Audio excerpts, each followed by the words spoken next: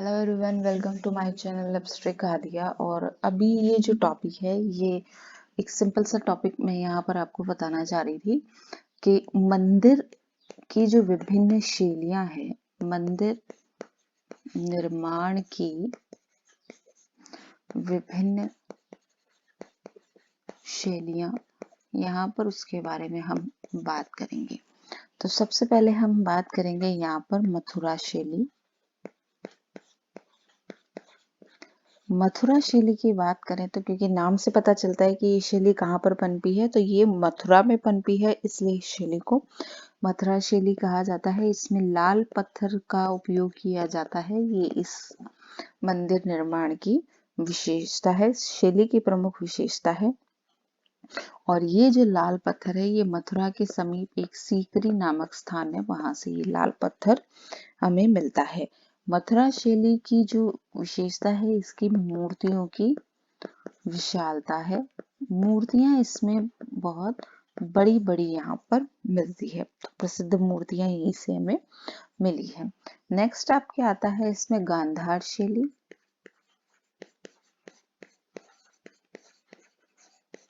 गांधार शैली जो है आपकी, जैसा नाम से क्लियर है कि गांधार और उसके निकट के आसपास के एरिया में, गांधार कहाँ पे, ये पाकिस्तान वाला, अभी वर्तमान पाकिस्तान वाला जो क्षेत्र आता है, वो गांधार क्षेत्र कहा जाता है। तो इसमें क्या है कि कुछ तो विषय इसमें वहाँ के लोकल जो गांधार के थे वो थे, कुछ इधर जो भारत वाला जो एरिया है उसके थे। तो इसमें क्या कॉम्बिनेशन हो गया और इसको क्या कहा है, इंडो ग्रीक शैली इसको कहा है। ठीक है, इंडो ग्रीक शैली इसको कहा है, या फिर इसको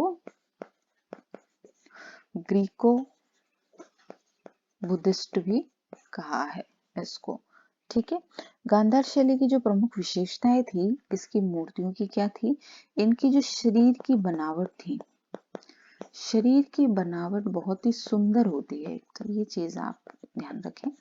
कपड़े इनके जो मूर्ति में बनाए जाते थे, वो इस तरीके से बनाए जाते थे कि जैसे वो पारदर्शी हो, और उनमें हर एक सिलवट, यानी जितनी सिलवटें होती थी उसमें से हर एक सिलवट को भी बहुत करीने से दिखाया जाता था।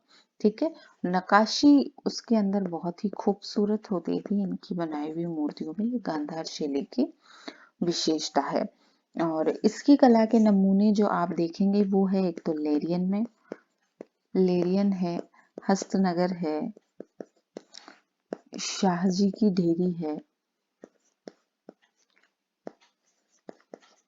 तो ये सब किस पे बनी है, ये सब गांधार शैली पे बनी है।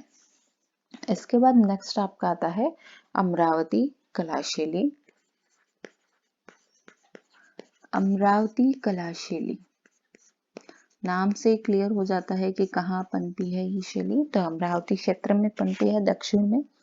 और अमरावती कहाँ है, दक्षिण में गुंटूर जिले और उसके आसपास का क्षेत्र, वो इसका उद्भव का क्षेत्र यहाँ पर कहलाता है।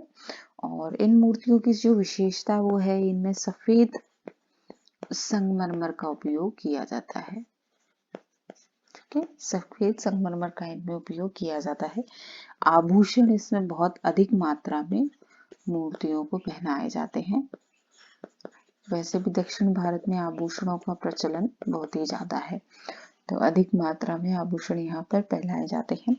और इस शैली में मूर्तियां जो बनती है, उनकी खास जो भाव होते हैं वो वैराग्य के और भक्ति के होते हैं। तो ये चीज आपको यहाँ पर अमरावती शैली में ध्यान रखनी है।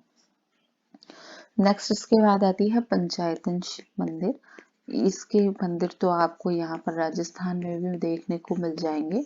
इसमें क्या होता था, एक बहुत बड़े चबूतरे पे एक तो गर्भगृह मंदिर होता था, जो मेन मंदिर होता था वो एक चबूतरे पे होता था, और सेम उसके साइज के नहीं, उससे थोड़े छोटे साइज के, इस तरह से चारों साइड में जो है छोटे छोटे मंदिर बनाए जाते थे। तो इस तरीके से 5 मंदिर एक चबूतरे पे यहाँ पर निर्माण होता था। तो इसलिए इसे पंचायतन शैली यहाँ पर कहा जाता है, और यही इसके खास बात है।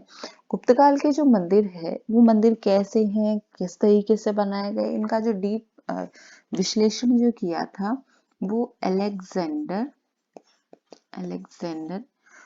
कनिंघम ने किया था। ये शायद मैंने पहले कभी वीडियो में बताना रह गया होगा।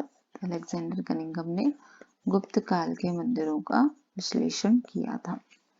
ये आपकी पंचायती मंदिर है और ये छोटा सा टॉपिक था, एक छोटी सी जानकारी थी। धन्यवाद।